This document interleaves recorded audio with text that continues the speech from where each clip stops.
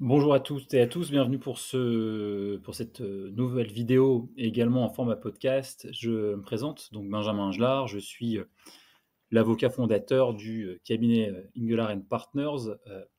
Nous sommes un cabinet d'avocats en droit public situé sur tout le territoire français, puisque nous avons des bureaux en présentiel sur Paris, sur Lyon, sur Marseille, sur Lille et également sur Arras.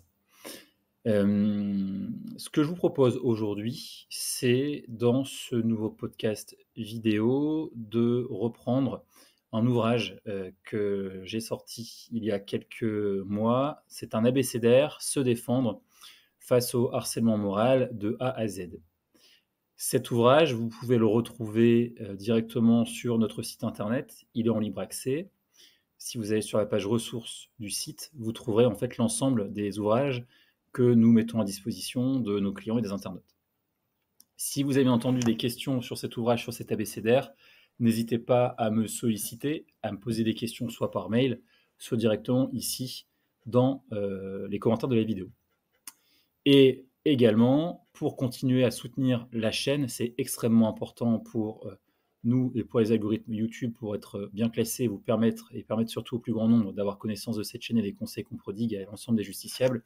N'hésitez pas à vous abonner, s'il vous plaît, et à liker la vidéo et à partager également son contenu.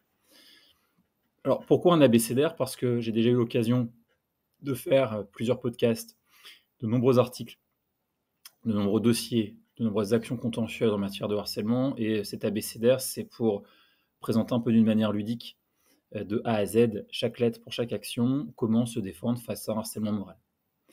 On va donc reprendre le sommaire de ce dossier spécial harcèlement. Donc, bref présentation, j'ai indiqué tout à l'heure, donc moi je suis avocat en droit public. Maintenant, je pratique depuis 13 ans le droit public pour l'ensemble des acteurs de la sphère publique.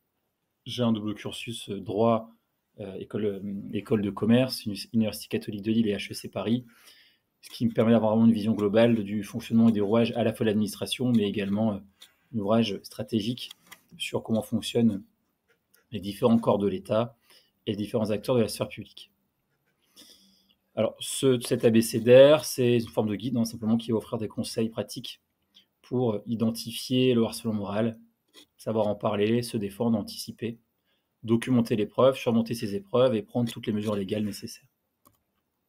Alors, le mot de l'auteur, je ne vais pas le reprendre ici, je vous laisserai le consulter dans le cadre de l'ouvrage que vous voudrez télécharger. Alors, le sommaire, comme son nom le dit, un abécédaire donc de A à Z. Analyser la situation. B, bâtir un réseau de soutien. C, consulter un avocat. D, documenter les preuves. E, envisager une médiation. F, formaliser votre situation. Garder la communication ouverte. Harcèlement moral, la lettre H. Ignorer les provocations. Joindre les associations. Qui, en anglais, lettre K. La clé. Qui comme clé, connaître ses droits. J'y reviendrai, c'est très important. Lutter contre la stigmatisation, maintenir un registre, négocier son départ éventuel, obtenir des conseils juridiques, porter plainte, entre guillemets, mais on parlera plutôt de l'action indemnitaire devant le tribunal administratif, qualité de vie au travail, restaurer une confiance, sensibiliser, tenir bon, utiliser les ressources disponibles, valoriser votre bien-être personnel, work-life balance, c'est sur l'équilibre vie privée, vie professionnelle, examiner ses options, rester vigilant et zéro tolérance. Alors c'est parti pour les premières lettres. La lettre A, très importante, analyser la situation. Pourquoi analyser la situation? Parce que cette première étape, pour se défendre face à un harcèlement moral, c'est de prendre le temps d'analyser la situation. C'est important de comprendre ce qui se passe, ce qui est en train de se dérouler et pourquoi cela se produit et comment cela vous affecte. Ça peut paraître anodin, mais c'est absolument pas anodin. Pourquoi est-ce qu'analyser la situation, c'est le premier facteur et c'est l'étape numéro 1 dans le cadre d'un harcèlement moral? Pourquoi? Parce que c'est un peu comme la fable de La Fontaine avec la grenouille dans la casserole. Si on fait bouillir de manière proportionnelle et au fur et à mesure la casserole, la grenouille ne se rend pas compte qu'elle est en train de brûler. C'est exactement ce qui se passe pour un agent, un fonctionnaire, un contractuel lorsque vous êtes victime de harcèlement. C'est insidieux, c'est sournois, c'est long, ça se déroule sur plusieurs mois, plusieurs semaines, parfois plusieurs années.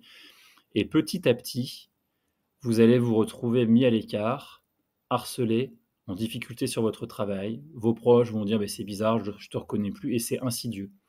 C'est une dépression, une difficulté qui insidieusement va se mettre en place et c'est pour ça que le but de ce guide, c'est de mettre en place des révélateurs pour analyser, se rendre compte en fait de la situation, que la situation se dégrade. Quand je parle d'analyser la situation, c'est de se poser les questions suivantes. Pourquoi est-ce que je suis moins bien au travail? Pourquoi est-ce que j'ai le sentiment d'être mis à l'écart? Mis à l'index, à la fois par mes collègues, mais aussi mis à l'écart professionnel par rapport au projet. Qui est responsable de ce comportement? Quelles sont les conséquences de ce harcèlement sur ma vie personnelle, ma vie professionnelle? Cette analyse de situation doit vous permettre d'aider à comprendre les enjeux et trouver la meilleure solution pour y faire face. Notamment le B, bâtir un réseau de soutien.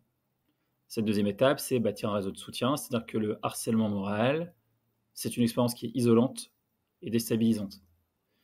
Vous allez avoir besoin de soutien pour vous aider à traverser cette période difficile. Pourquoi? Parce que, bien entendu, la mise au placard s'accompagne. Alors, c'est comme dans une cour d'école, hein, lorsqu'il y en a un qui se fait harceler, forcément, mieux de taper sur le harceleur. C'est toujours la personne harcelée qui va se retrouver mise en difficulté. Vous allez vous retrouver isolé par vos collègues. Les relations humaines vont s'en ressentir.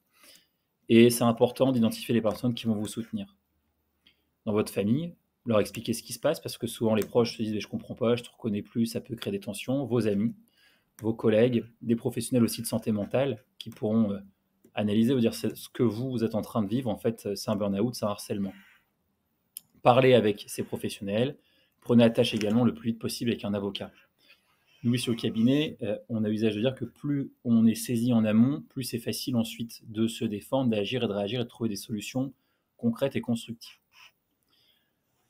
C'est, troisième étape, consulter un avocat, c'est ce que je viens de dire. Pourquoi? Parce que les avocats, ce sont des experts en droit et pour une première consultation, nous, par exemple, au cabinet, la première consultation est à 79 €, mais ça permet, même si ça a un coût qui reste quand même restreint, mais ça a un coût et ça permet surtout, ce coût réduit, de poser les jalons pour mettre en place une action par la suite. Si vous estimez que vous êtes victime de harcèlement, le but de travailler ensemble, c'est, comme je disais, de poser les jalons, étape par étape, de vous conseiller sur ce qu'il faut mettre en place. Bâtir un dossier, documenter les preuves, mettre en place une stratégie, recourir à la reconnaissance de l'imputabilité au service. C'est vraiment bâtir un dossier étape par étape pour ensuite cornériser le harceleur ou votre administration et maximiser les chances de succès. Donc, ce que j'indiquais, consulter un avocat pour vous aider à rassembler les preuves nécessaires, évaluer les dommages subis et engager une action en justice. Le D, très important, la quatrième étape, je l'ai dit également, documenter les preuves. Pourquoi? Parce que l'action en justice, on est dans un état de droit, c'est le principe du contradictoire, il faut avoir des éléments probants. Le harcèlement moral, c'est quoi? On y reviendra par la suite. Dans la définition H du harcèlement, c'est démontrer le lien de causalité entre le comportement de votre administration et la dégradation de votre état de santé. Si vous ne parvenez pas à faire la preuve du lien de causalité entre les agissements de votre administration et l'incidence qui est la dégradation de votre état de santé, vous n'aurez pas gain de cause. Le lien de causalité, c'est quoi? C'est l'élément probant. L'élément probant, c'est la preuve. La preuve, c'est la documentation que vous allez apporter à la juridiction administrative. On n'est pas en pénal. On n'est pas en matière prud'homale. On n'est pas en judiciaire. On n'est pas en divorce.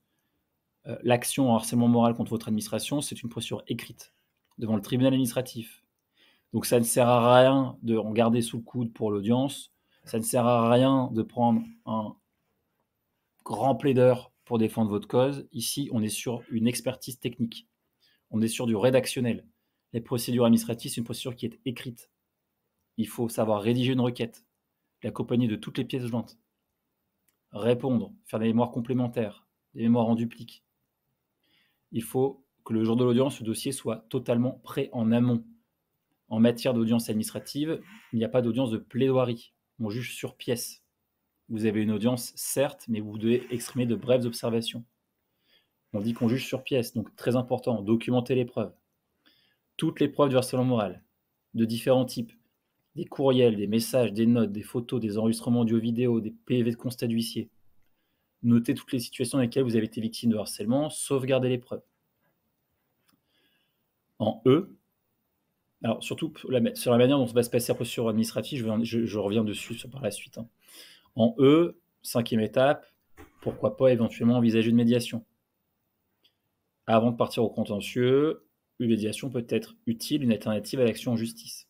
Soit vous nommez un tiers, un médiateur, soit vous partez en contentieux devant le tribunal administratif, et le juge, le président du tribunal administratif, peut proposer en matière de harcèlement, et ça se fait de plus en plus souvent, la nomination d'un expert médiateur. Expert médiateur, c'est que les parties donnent leur accord, conçoivent qu'un tiers puisse se saisir du dossier et discuter de la difficulté pour essayer de trouver une issue.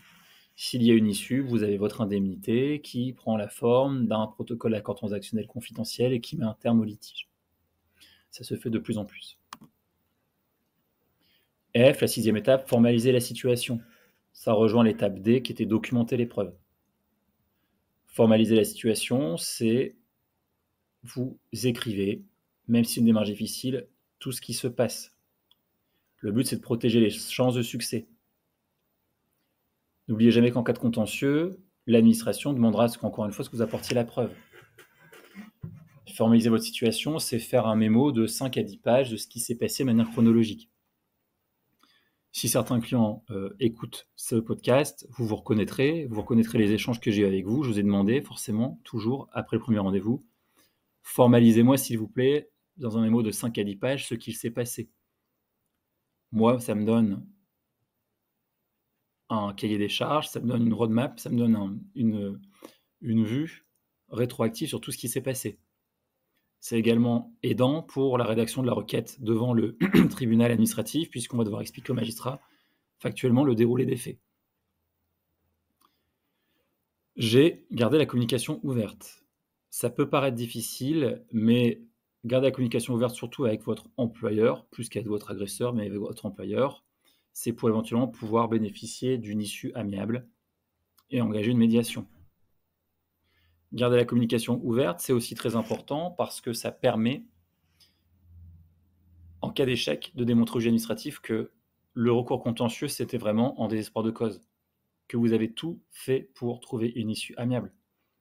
Que si vous vous retrouvez à faire un recours contentieux, c'est parce que l'issue amiable a été rendue impossible. Et que donc il y a bien une responsabilité de l'administration.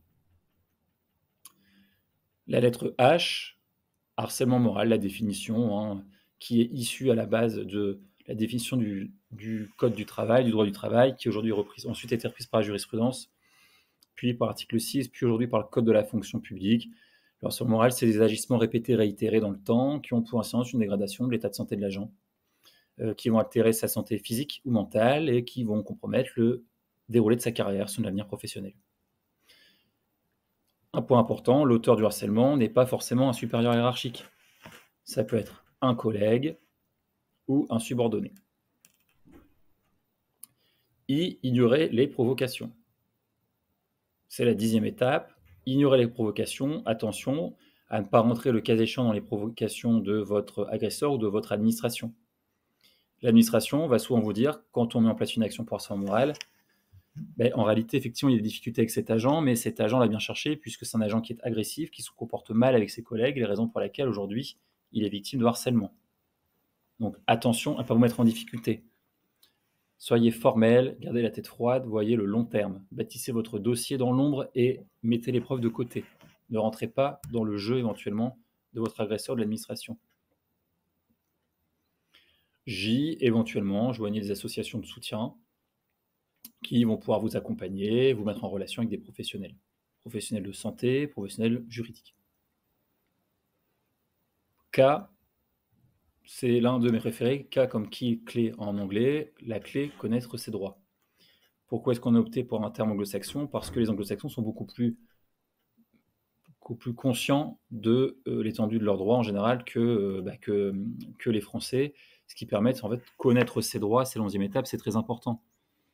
Connaître ses droits, notamment, c'est très bien. Si vous lisez ce podcast, si vous écoutez cette vidéo, c'est que vous êtes intéressé à la matière, et connaître ses droits, ça permet d'anticiper les difficultés. Connaître ce droit en tant qu'agent, ça permet de comprendre, anticiper, se défendre et envisager toutes les options possibles. La connaissance, c'est la clé du succès. plus votre connaissance sera importante, plus vous prendrez des conseils auprès de personnes sachantes, plus vous pourrez envisager les différentes options possibles avec sérénité. Vous pourrez trier, c'est ce que vous dira l'avocat, c'est ce que je dis moi à mes clients. Il y a différentes options. De l'option la plus judicieuse à la moins judicieuse. Ensuite, vous décidez. Mais nous, en tant qu'avocat, notre devoir de conseil, c'est de vous présenter toutes les options possibles pour ensuite pouvoir trancher. Elle, lutter contre la stigmatisation, là encore, vous avez des associations qui vont vous défendre contre les stigmatisations, contre la sensibilisation par rapport au harcèlement moral. Également la discrimination, bien sûr. Mais maintenir un registre, c'est ce que j'indiquais tout à l'heure dans les lettres précédentes, c'est maintenir un registre chronologique de tous les événements, une sorte de journal dans lequel vous allez documenter tout ce qui se produit, commentaires, comportements, actions qui vous causent du stress ou de l'inconfort.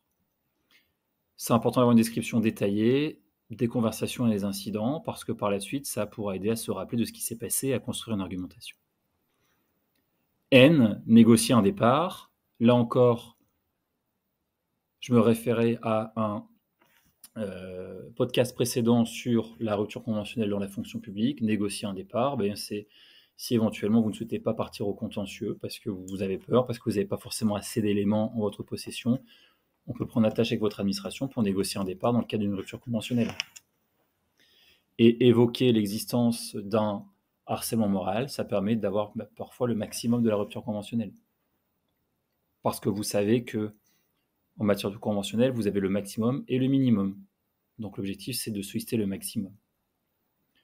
Obtenir des conseils juridiques, c'est la 16e étape. C'est très important. Consultez des avocats. Le cabinet ou des avocats de permanence. Renseignez-vous. C'est très important. Ne faites pas n'importe quoi.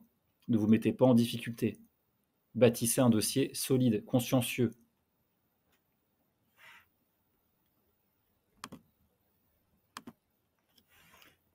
Et la 17e étape, porter plainte. Alors, on parle de porter plainte, c'est pour entrer dans l'abécédaire, mais en réalité, on parle plutôt de requête. Quand vous êtes victime de harcèlement moral, vous avez deux types d'actions. Soit contre la personne physique qui vous harcèle, Madame Tartampion est harcelée par Monsieur Trucmuche, vous pouvez déposer une plainte pénale. Toutefois, la problématique, c'est que la plainte pénale, ça va être long, mais surtout en matière pénale, c'est-à-dire qu'il n'y aura que votre agresseur, harceleur qui sera sanctionné à titre personnel. Mais ça n'engagera absolument pas et jamais la responsabilité de votre administration. Or, le harcèlement moral dans la fonction publique, c'est de démontrer qu'en réalité, quel que soit le harceleur, c'est votre administration et votre employeur qui est responsable, puisqu'il n'a pas pris des mesures coercitives ou anticipatives pour éviter la dégradation de votre déroulé de carrière. D'autant plus que pour obtenir la condamnation d'une personne physique personnellement pour harcèlement moral, c'est très compliqué, et surtout que financièrement, ce sera beaucoup plus difficile de recouvrir les sommes. Alors que c'est beaucoup plus facile de mettre en place une action globale contre votre administration. De dire peu importe que ce soit Pierre-Paul ou Jacques qui vous a harcelé, en fait, ce qu'on reproche à votre administration, c'est que celle-ci en a été informée et qu'elle n'a rien fait pour prendre des démarches pour vous protéger. Donc, c'est beaucoup plus judicieux de mettre en place une action devant le tribunal administratif. Comment ça se passe ? Je vais essayer de résumer ici, mais encore une fois là-dessus, on a fait un très long podcast sur la saisine du tribunal administratif. La procédure administrative, c'est une procédure qui est écrite. Si vous voulez engager une action pour harcèlement moral contre votre administration, il faut d'abord, au préalable, faire un recours préalable indemnitaire. C'est obligatoire. C'est quoi ? C'est un courrier recommandé avec accusé-réception. C'est un acte procédural rédigé par un avocat, 10, 15 pages, parfois moins, dans lequel vous allez, et c'est important, reprendre l'ensemble des faits. Vous allez fonder en faits et en droit, viser les dispositions légales et la jurisprudence applicable. Vous notifiez ce courrier recommandé, c'est une obligation. Vous ne pouvez pas faire d'action sans avoir fait cette étape. Vous notifiez ce courrier recommandé avec accusé de réception à votre administration. L'administration a 2 mois pour vous répondre. Passez ce délai, si vous n'avez pas de réponse ou une réponse négative, vous avez 2 mois pour saisir le tribunal administratif. Devant le tribunal administratif, vous allez poser une requête indemnitaire. L'avocat est obligatoire pour ce type de procédure. Vous ne pourrez pas le faire seul. Si vous le faites seul, le tribunal va vous dire il faut prendre un avocat, à peine de nullité de votre procédure, d'irrecevabilité. Dans le cadre de la requête, là encore, requête, acte procédural d'avocat, vous motivez en fait, en droit, vous visez la jurisprudence et surtout, important, vous joignez l'ensemble des pièces justificatives. Cette requête ouvre la phase contentieuse. Elle est transmise ensuite par le greffier au magistrat et également à l'administration. L'administration va en prendre connaissance et elle va avoir plusieurs semaines, mais en général c'est plutôt plusieurs mois, pour en prendre connaissance et vous répondre. L'administration va alors vous notifier un mémoire en défense. Ce mémoire en défense, vous avez aussi la capacité d'y répondre. Si vous avez des questions sur cette procédure, consultez le site du cabinet www.ing-avocat.legal. On a de très nombreux articles de blog à ce sujet.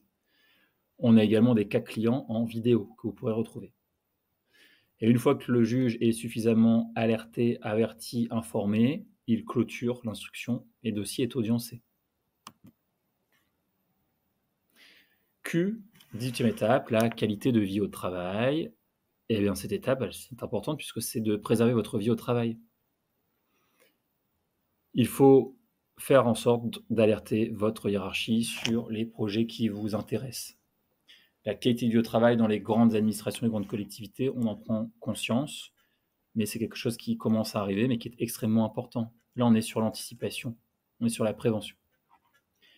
R, pour moi, c'est quelque chose de très important pour vous, qui êtes victime de harcèlement moral, c'est la 19e étape, restaurer votre confiance en vous.